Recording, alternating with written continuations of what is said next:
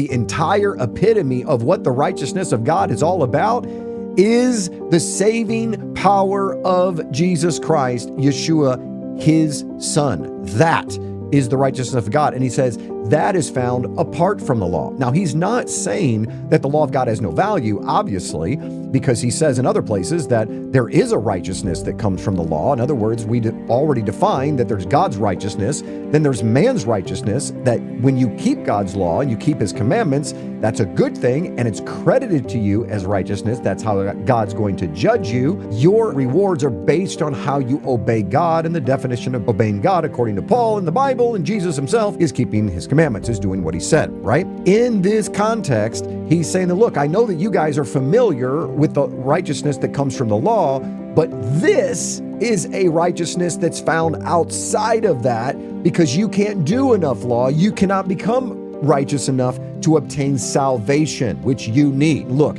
you cannot be saved by what you do. You believe that you get righteousness from keeping the Torah. That's fine. That's absolutely true, but it can't save you because everyone is condemned and fallen short of God's glory. You all need a Savior because the law of God's going to judge you, and that Savior is Jesus, Yeshua, the Messiah.